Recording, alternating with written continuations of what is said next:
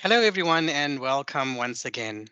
I can't believe we are actually now at episode 7 of All Things SAP on Azure. And once again, together with Prasanjit and Sambit, we're here to talk to you all about all things SAP on Azure. I see this topic to be quite an interesting one. I'm not sure if you guys agree, but we talk a lot about SAP with HANA on Azure, sometimes SAP DB2 on Azure. And then recently, I've been also getting a lot of customers asking me about SAP on Oracle in Azure. And what we're going to do right now is Sambit is going to share with us some really interesting information about this SAP on Oracle in Azure. But before we jump into that, Prasanjit, do you also agree? Are you getting a lot of customer talks about Oracle and Azure?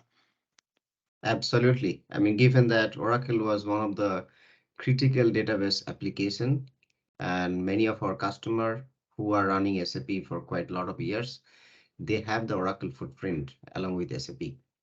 And once they're migrating or started discussing about the migration, they are initially looking for how to lift and shift or how to operate the Oracle together with SAP on Azure. So this is quite an important topic because Oracle database is little complex. It has different parameters to consider with regards to the performance, with regards to the sizing and the design principle.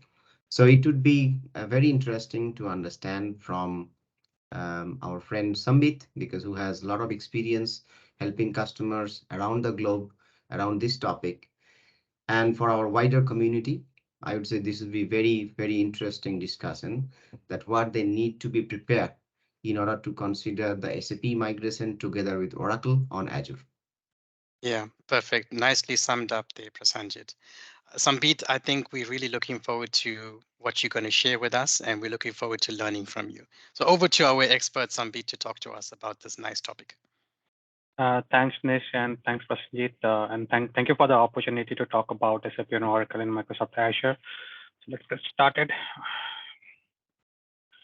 So talking about the agenda, so we'll talk about some of the design considerations for SAP and Oracle deployments in Azure. We'll talk about some of the standard landscape templates, reference architectures. We'll talk about storage templates using premium SSD managed disk. And also we'll talk about some of the learnings from the various customer implementation that we have done in recent past. So firstly, let's discuss the design considerations for SAP and Oracle deployments. Uh, so basically, the first slide talks about the different supported version of SAP and Oracle in Azure. So all, as we see, all the major Oracle versions, starting with 11.204, are supported. Then in terms of single versus rack, only single instances are supported as of now. No support for Oracle Real Application Cluster. In terms of operating system, we only support Windows Server and Oracle Linux in Azure.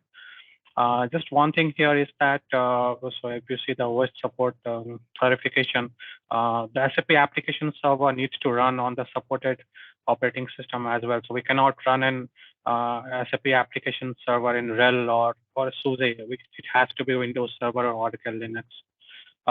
We could have a hybrid deployment wherein we are running the application server in Windows Server and the database server in Oracle Linux, but that uh, uh, has to be a flavor of the supported operating system only. We cannot go outside of that. The SAP Central Services can run on RHEL or SUSE, but the application server and the database server needs to run on any of the supported operating system only, which means Windows Server or Oracle Linux. So that's a great point. So that means the RDBMS client that has to be connected or that has to be installed within certified OS. And here Oracle only supports Oracle Linux and Windows, right? Correct. Yeah, and can you please confirm that is that Microsoft Cloud as hyperscale cloud platform support Windows to run Oracle apart from other hyperscale cloud?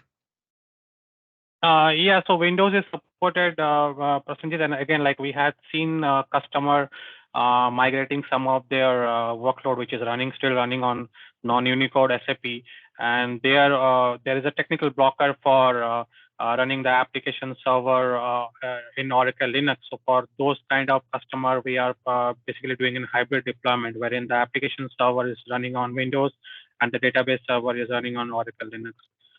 So yes, it is supported to run the application server on Windows Server, and also the Thank DB you. server as well. Yeah. Thank you, Sambit. And while we're on the supportability part, do we have backups supported in Azure using Azure backups for Oracle? Yeah, it is supported niche, but it is a snapshot basically. So you don't have streaming backup the way we have for HANA. So it's basically a snapshot backup wherein we back up the data disk for an application consistent backup.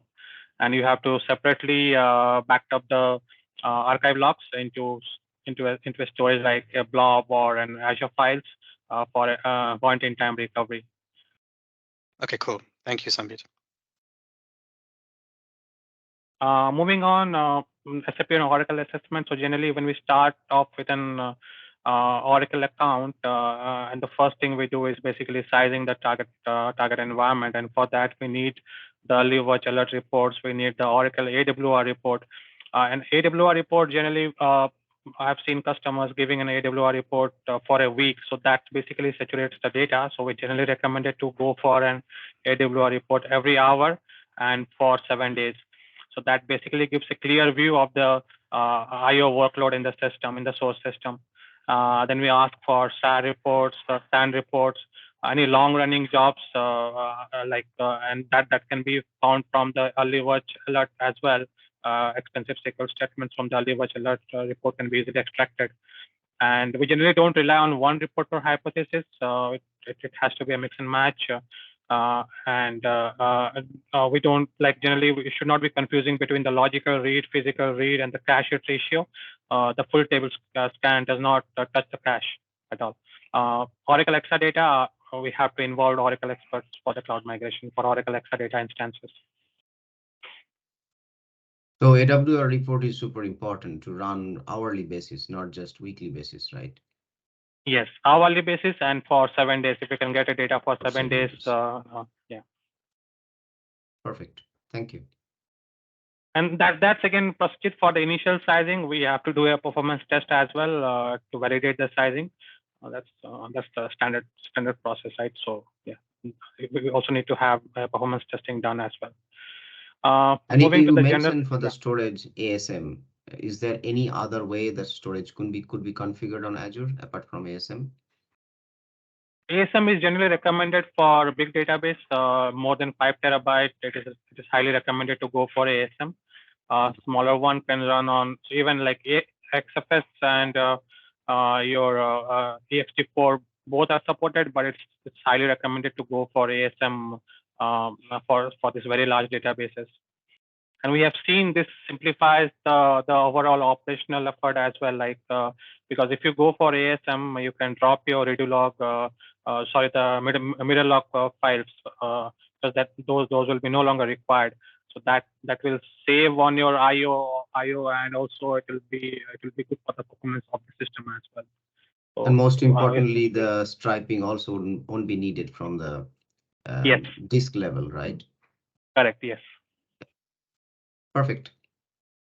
Moving on to some of the general considerations, licensing. Again, this is a very important topic, generally overlooked. Two virtual CPU in Azure is equivalent to one Oracle processor license, and we have this very good documentation around Oracle licensing. Regarding the availability selection of the availability zone, it's again a standard practice that we follow, that we select the availability zone which has the least latency for HA. We don't recommend PPG by default.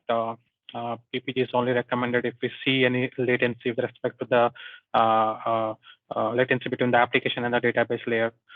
For zonal deployment, PPG along with availability sets can be considered to distribute the application layers VM into different fault domain and update domain, especially for high availability. So I have a comment on your first item, the licensing. Does that mean customer has opportunity to save a lot of cost with regards to licensing when it compare to their on-premise licensing cost for the Oracle database?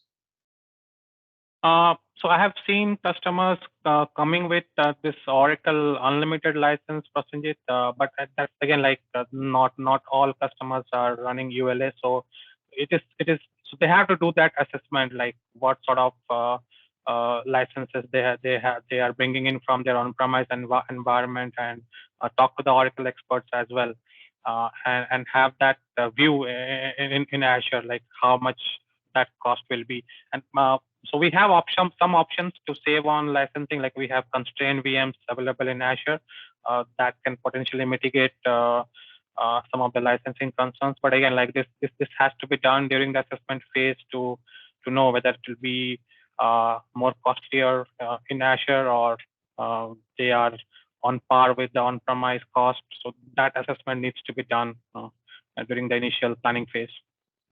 Perfect. So that means if the license was based on the vCPU number, and we have a mapping between how the vCPU numbers was calculated on premise versus how you can map it towards Azure once you move in Yes. your application, right? Yes. Perfect.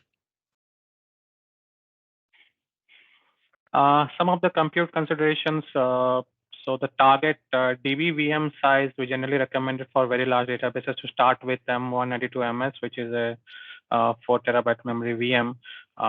Smaller VM SKU can be considered as well for database of smaller size. It's good to start. It's good to be an oversized database server VM and then right size it after the migration. It's generally a good practice. But again, like it all depend on the sizing inputs that we have from the source system, and we need to right size the VM in the target. But it's a good starting point for some of the very large databases. When we talk about database size of 60 terabytes, 70 terabytes, I think this is a good starting point for the database server VM to avoid any performance issue like the day one of your go live and all. And also like So when I we have one question regarding to this topic. sure, sure. Does EWA report together with AWR provides a good indication about the target machine sizing? The AWR will provide good insight into your IO workload regarding the VM target VM SKU sizing. I think we have to rely on the as is SAPs, which can be extrapolated from the hardware vendor, or if we know the CPU type from the EWA, we can map it like from the SAP benchmark website. We could be able to map it to like our core SAPs and do some calculation around that. So we need to map that SAPs number along with the current utilization data from AWA, and we can arrive at the target SAPs number for the database server VM. And regarding the IOPS information for the DB server VM, that can be extrapolated from the AWR report. Thank you. And then regarding the resize, so do you recommend to set up a holistic monitoring capability around the landscape so that going forward, or at least next couple of weeks after the migration, they can figure out some of the data points about the utilization, about the the load of the system, and based on that they should take the decision, or what would be your suggestion? Yeah, so generally we have seen customers running test cycle, this mock runs, and we have this final dress rehearsal as well before the actual cutover. So we recommend setting up dashboard along with the proper metrics, monitoring metrics for disk utilization, for the compute utilization, network bandwidth utilization, and we have this data points captured during this dress rehearsals and mock runs, and use those data points to further fine tune the disk layout, the compute size, and then go for an actual run. Thank you I'm again. just I'm just smiling because I see this wording. It says it would be dangerous to start with anything smaller, and I'd obviously agree with that, right? But one of the key things about cloud as well is that we have the scalability. You can Yeah. scale up, scale down whenever you can. But I do agree with you. It can be dangerous if you want to start with anything smaller, especially if it's a prod. So can I share database. one incident that happened with my customer 2 weeks ago regarding that? It Sure. was not a Oracle workload. It's another database. But when the customer migrated, they went with a bigger size. And the plan was to, of course, downsize. The main objective to have the bigger size was to reduce the time for the migration. So that was the main objective. And Right. then they plan to reduce it once they are kind of settled down on Azure. But they didn't had any visualization, or they didn't had any insights that what would be the correct size. So what they have done, they drastically all of a sudden choose a target machine which is much smaller, comparing their reference sizing in the on-premise world.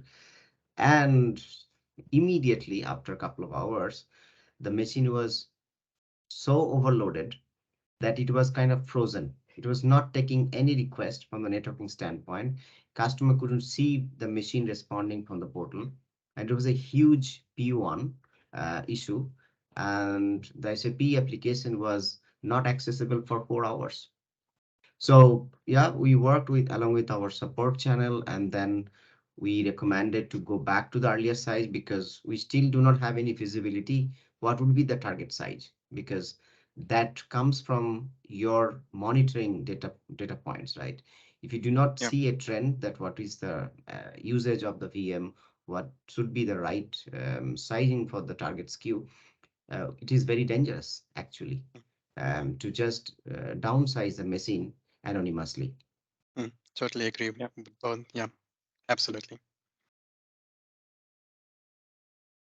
Yeah. Moving on into the recommended size for running the application server. So generally, we recommend to go for the E series DSV4 V5 or the DDSV4 V5. You can also use the AMD counterpart that basically provides more SAPs. But I think again, like we have to look into it as a case by case basis, because some of the data centers are having limited availability of the AMD VM, so that has to be looked as well. So generally, I have seen customers go opting for EDS V5 for their application servers, and they don't mix the family much, so they generally tend to be consistent with respect to the VM family when they're deploying their SAP applications.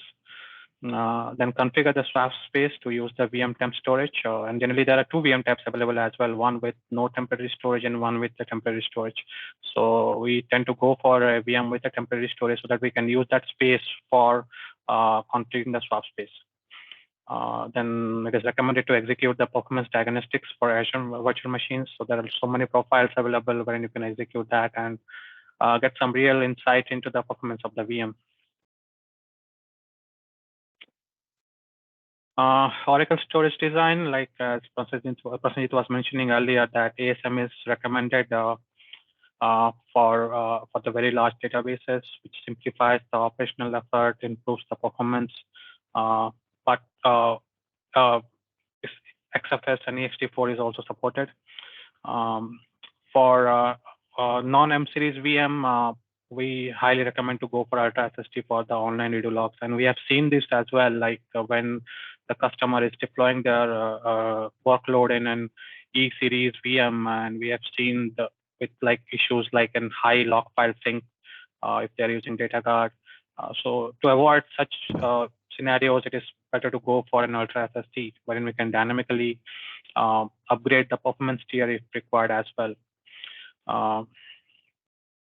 And like In this as we context, talked. I mean, can the new storage SKU, which is premium V2, can be utilized, or what would be Uh, your thought? yeah, so that has come up very new, Prasenjit. So I haven't looked into that much, but I've seen customer going for this two kind of trend. One like I've seen big customers opting for ASM, and some of the other customers going for ext4 or an XFS file system. So we recently did a very big pharma migration into Azure, and they were not willing to go for ASM because of some limitations with respect to some of their custom scripts that they had developed on premise, and they wanted to stay like that. So they moved into XFS and not ASM. But ASM is highly recommended for these big databases. Yeah, like, but we have to see like what all offering is coming up as a part of the SSD V2. which has come out of Microsoft Labs, a pretty hot thing right now, and a pretty new thing right now. So we have to have a look at that on what sort of offering they are providing. Does Azure Files also apply here? Because I see you say ANF Mm, deployments mm. can No, be. so Azure File is not applicable, Nish. So Mhm. either it's premium managed desk, or you have to go for ANF. But Okay. Azure Files is not recommended for hosting the data or the log files for Oracle. Mhm. We can use that for archive logs, but not for the data and log. Okay. Good. And if we go for an M series VM, we have this option, right? We can use Mhm. the write accelerator on the log volume. So that's Mhm. an additional benefit that we get in an M series VM, but which is not there for the non M series VM.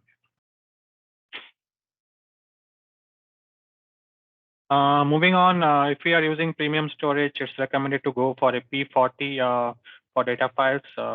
And then the reason for that is that we should be able to use the host caching. So anything more than 4 terabyte, we won't be able to use host caching.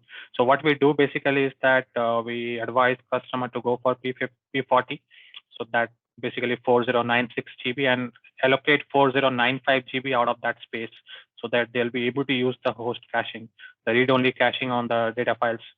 That's again like that's impact the performance. Uh, then separate the redo log system, temp-fs, and undo tablespace into separate disk. And we have this in our reference architecture as well, that we should be, for a highly performant system, we should have the redo log into separate disk. Set the no for the deadline algorithm for IO scheduling, disable barriers for disk with cache read only or none. For OS disk, default, use the default, which is the read write caching. For temp system and undo, use no caching, read only caching for data disk. Enable write accelerator for the redo log disk, and use a type size of 128K to 56K for data and 64K for log. So that's our recommendation for Oracle deployments. Yeah, very important information on that P40 size disk. But I am little curious to understand that if a very big database, for example, 60 terabyte or so, do you see any risk that the number of disks supported by the underneath VM can go out of the supportability? For example, if this is Yeah. 60 terabyte has to be constructed with multiple 4 terabyte disk. That means 15 disks could be utilized for the data, right? So do you see any risk there? Yeah, Prasenjit, we have seen even in a very recent deployment, we have seen that issue wherein they were on the borderline, like they were having, so the VM is supporting 32 disk and they are running on 30 disk. So again, like considering their DB monthly DB growth, they were basically running on the borderline. So they have to move to the next VM SKU, which is again coming to an M series VM SKU, because they were running this E96 V5. The next one in line, E104, is not supported as per the SAP note, and the next VM type they could upgrade to is an M series VM, which can support up to 64K. So again, like um, it's a trade-off of going for P40, but we have seen issue if we with customers if they don't enable the read caching. So that's something we have to like consider as well. Like if the number of disks are not getting supported for APM, let's upgrade that to a next M series VM SKU. Yeah, thank you for the clarification. Or maybe use ANF as a storage, right? Because that will Yes, not, yeah, limited by the underlying VM capability. correct.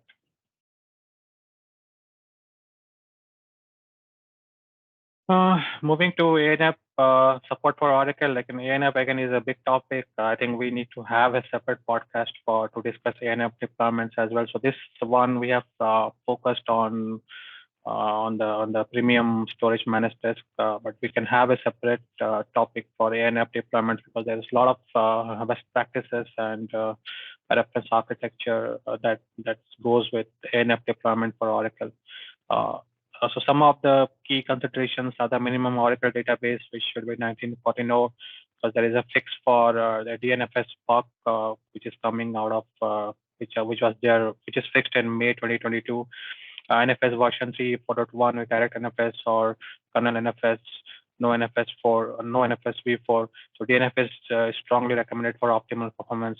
No support for NFS over ASM. Mix of ASM and DNFS is not recommended at all. Like far request for collocation, so you have to work with the PG for the far request, and Oracle snapshot feature is still in preview. Use ANF and snapshot clone and revert are required. So ANF comes with a lot of native capabilities, which is ideal for an Oracle deployment in case you are like, we have seen customers doing this system refreshes and all of that. And it comes handy when you have, you can easily use the native capabilities of ANF to have those features and all. So again, like this is a big topic, and we can have a separate podcast to discuss ANF deployment for SAP and Oracle. Some of the network consequences. Yeah, I think it will be Yeah. very interesting for our bigger audience as well. Yes. So we recently, Prasenjit, like a couple of customers that we did SAP and Oracle. So the main driver for them not going to NF was the cost, and because I think this SAP and Oracle systems, they have a shorter lifespan in Azure. Like if you see the SAP standard roadmap, these customers, again, they just want to rehost their application in Azure because their data center contract is coming to an end, and then think about the next roadmap, which is an S/4HANA transformation. So because of that reason, they don't want to spend commit a very high upfront, and they just think that the system are sort of having a very short lifespan. They are going to die, and they'll be moving to the next phase, which is the S/4HANA transformation. So that was a hard discussion that we had, and they decided not to go for ANF. But like if we consider the feature-wise, ANF is very rich, and some of the big customer for whom like cost is not a big factor, they generally go for ANF. Yeah, I just wanted to comment around the use cases, because I mean, like what you said, Sambit, it depends on the additional features like the snapshot, the cloning, even the backup and all of those things.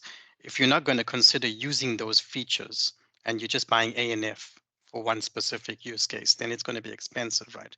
So, and you know, you compare it to Azure Files, for example, the Azure Files is capable of doing a few things, and ANF can do a little bit more, right? And they're both native in many cases. So obviously there's a cost exercise to be done to compare them based on use cases. But and I just wanted to add one point over here, because the differentiator in the ANF category is basically ANF is not limited by the underlying VM network performance, or because every VM comes with a network IO and the bandwidth support. And then when we utilize the premium disk or ultra disk, that get influenced by the underneath VM performance. Whereas ANF has its own compute, and it does not actually get cut off by the underlying VM performance. So that's an additional benefit that ANF can provide much richer performance in terms of, I mean, regardless what type of SKU are being used to host the application. Good points.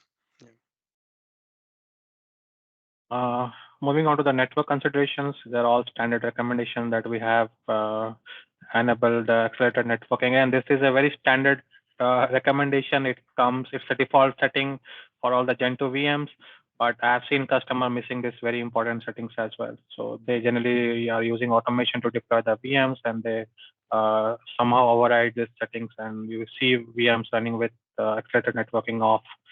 So again, this is something to consider as well. Moving on into the Oracle DB considerations, file system is ext4, you should be using the DB parameter, file system IO option to set all. If using ASM, partition used for ASM, they should be created with a 1 MB size and 2048 sector offset. If using ASM, set the disk group AU size greater than or equal to 4 M for large databases. And you should be enable huge pages for Oracle deployment and disable transparent huge pages. That's awesome. So detailed. And thank you, Sambit. I think it would be very helpful. Sure. Moving on to the reference architecture. So we have this Oracle HDR setup. This is a standard one for a zonal deployment with an offsite backup. So basically, if you see here, this is for a customer which is running the primary SAP application in West Europe, and they have this offsite backup copy to North Europe, and availability zone 1 and 3 is being used for deployment. So you have one Oracle database server, the primary one in zone 1, standby in zone 3. We have the observer in zone 2. So generally we recommend 2 observer, one the active one and on the backup observer in the same location as the standby database server. And we have the application servers VM split across zone 1 and zone 3. So this is a very typical standard setup for Oracle. You could also have like customers who wanted to have a DR as a standby database in another region, and that is also possible. And this So you is got, an additional. sorry. Sorry, you can go ahead. No, go ahead, Prasanjit. Apologies. You go first. Yeah, okay. I mean, this is an additional licensing requirement, right, for the data guard? Yes. For ADG, you need additional license if you are just using data guard, data guard FSFO, which is the recommended option for high availability in Azure. You don't need additional license. Thank you. And in the application layer, we can utilize pacemaker clustering methodology. Replication will be via data guard. So basically, it will do a redo log transport. The data guard itself will do the redo log transport. So you don't need a pacemaker clustering for the Oracle database, but you need that for your central layer. service layer. Yes, yeah. application. Perfect. Thank you. Just one question around the backups there. Sorry if you can just go back. So you got the backup server in availability zone 3, right? And then you've got the backups in your secondary region, which I get, right? But the availability zone 3 backup server, does it retain the backup files in zone 3, and then you copy that across to to the secondary region? What exactly is happening No, there? so this one is a backup observer niche. So basically, when we deploy Oracle HA with data guard fast start failover FSFO, we have this observer node which will initiate a failover. So it will keep on communicating with the primary database and keep a check on your synchronization as well between the primary and the standby database. So in case it detects that your synchronization is off or the primary database is not available, it will trigger a failover into the standby database. So for that reason, the observer node is used. So it is running on a dedicated VM in availability zone 3 and zone 2 and zone 3. And that is responsible for initiating a failover in case your primary database is not available. Backup, again, like it depends on what sort of backup tools we are using. If it's a third party like Commvault or Rubrik, that will take care of your backup copy. Or if it's a native one, I think we have to go for a GRS option, and the RSV will be copying the files to the offsite region. So again, like I have seen two sort of trends. One is that customer copying the backup to the offsite location, and the other one is that they are running a standby database in the other region. So both options are possible. Yeah. Perfect. Thank you. Oracle HA and DR. So high availability, you don't need any specific software, just Oracle software is needed. Oracle Data Guard with fast start failover is the recommended option for HA in Azure. For HA, you need to be in sync mode. Observer node to manage the failover, and no load balancer is used as well. No load balancer, no pacemaker is used for HA. KNS namestate Aura is basically used to handle the client connection. Like the SAP application server reconnect is managed via the KNS namestate Aura. Disaster recovery, it is either backup or restore, or you can have a standby, another standby VM in the secondary region. And there are some Oracle document on how to set up data guard. We also have Microsoft documentation as well on how to set up Oracle data guard.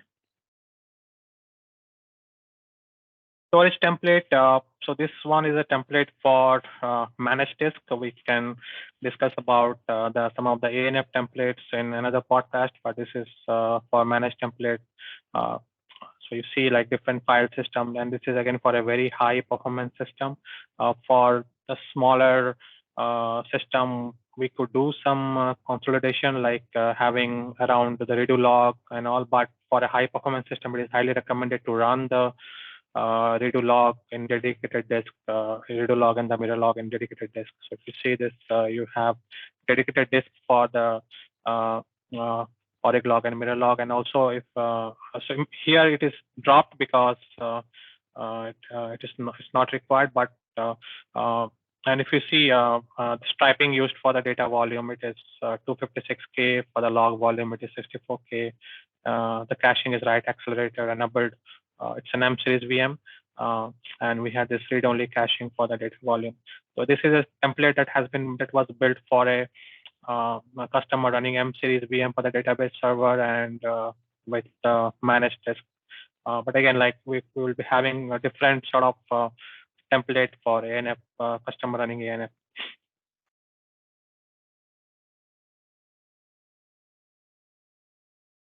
Some of the learnings from recent customer deployments, customer running SAP and Oracle in Azure.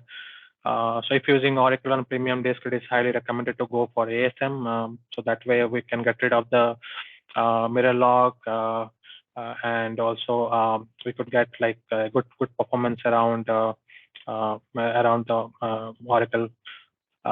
Then it is also recommended to if you are using ASM, it's go to ASM end to end. Like don't mix ASM with other file system.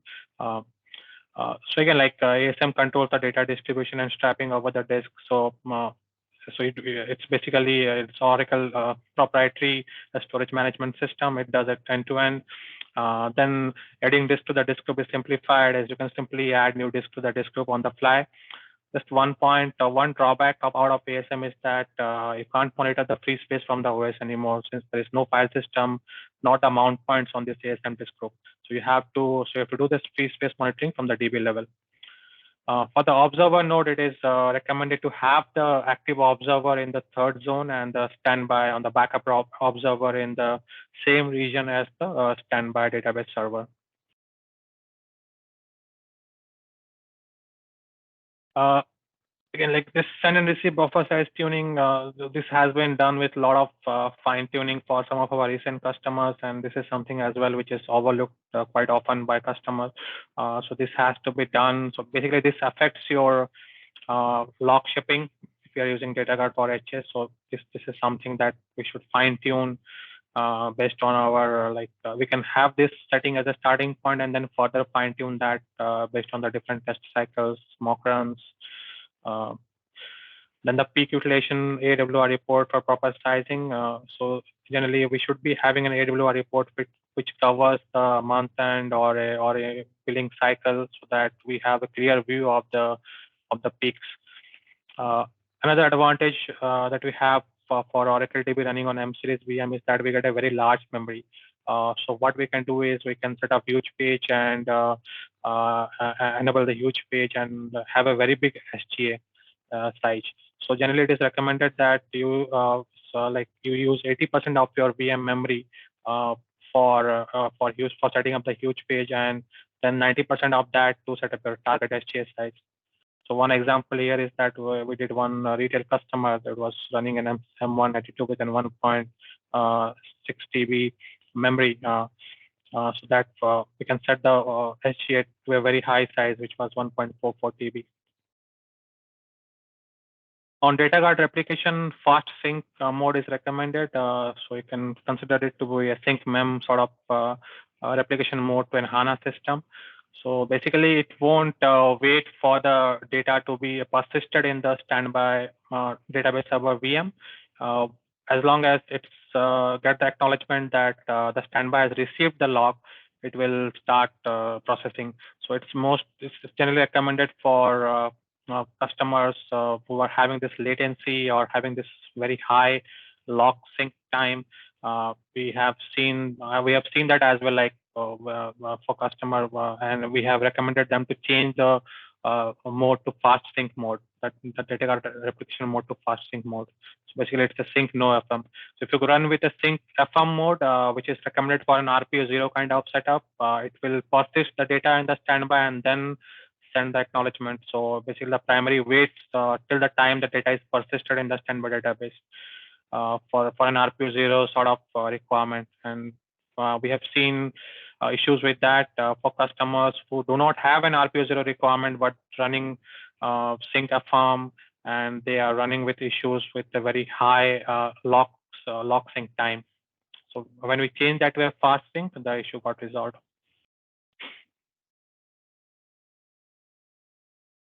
So that's it, Nish. Any questions from you or Prasenjit? No questions, but just comments. I mean, it's just fantastic. Thank you for that deep dive. Yeah, I can also echo what Nish said. It was Yeah, absolutely fantastic presentation. A lot of details.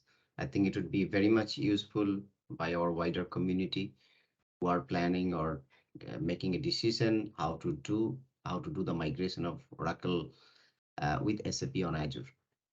yeah, Yeah, so again, like it's a very big topic, and I think we need to have a multi-part podcast to cover all different scenarios. Like ENF, it will be a dedicated podcast, and if we have to deep dive into an HADR or a backup, that again, I think that has to be a separate topic, because if you talk about backup, we talk about the different options which are there. So again, like I think we need to have a multi-part podcast to cover all the topics with yeah. respect to an SAP and Oracle deployment. Thank you, Even more Sambit. exciting. Yes, even more Yep. exciting. More to come, right? So Yeah. stay tuned over to the audience, right? Stay tuned. More to come, especially around the ANF side of things as well. There's so much more to learn on the show, and that's why we just love it all the time. So thank you for sharing with us some beats. Thank you so much, Prasanjit, as well. Great participation. Really liked this session. And with that, we have come to the end of episode 7 for all things SAP on Azure, specifically with SAP on Oracle. Thank you very much for listening through our podcast, and stay tuned. We'll be back soon. Cheers, everyone. Bye.